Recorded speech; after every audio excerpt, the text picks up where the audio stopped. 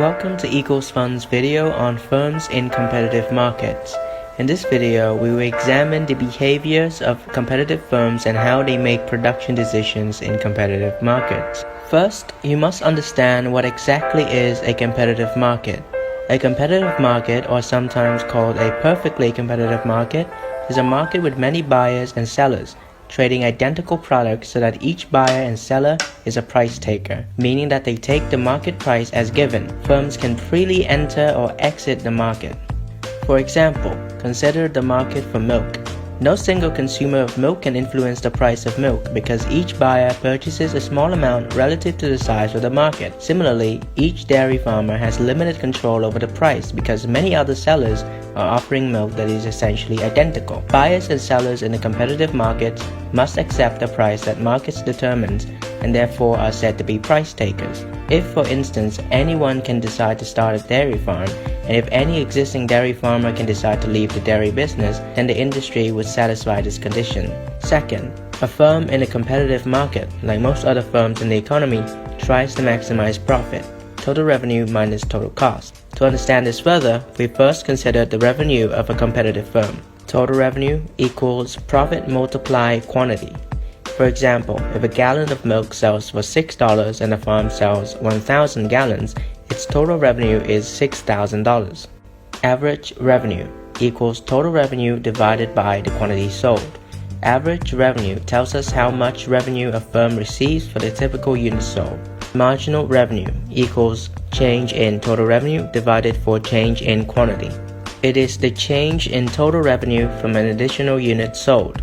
For competitive firms, average revenue and marginal revenue equals the price of the good. Third, in certain circumstances, the firm will decide to shut down and not produce anything at all. A shutdown refers to a short-run decision not to produce anything during a specific period of time because of current market conditions. Exit refers to a long-run decision to leave the market. The short-run and long-run decisions are different because most firms cannot avoid their fixed costs in the short run but can do so in the long run.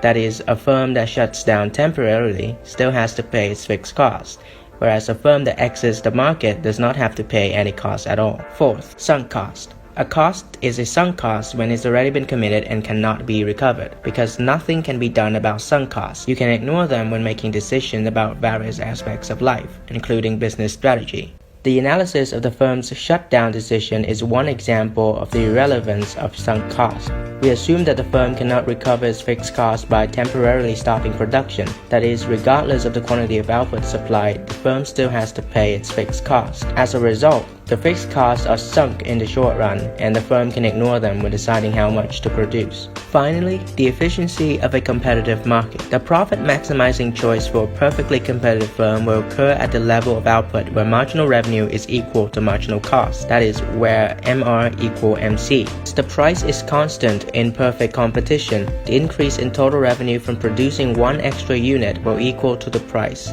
Therefore, P equal MR in perfect competition, and in the competitive equilibrium, P equal MC. When a competitive equilibrium is efficient, the total surplus will be maximized because P equal MC, in which P is value to buyers of the marginal unit and MC is the cost of producing it. That is all for this video. Please support our page and thank you for watching.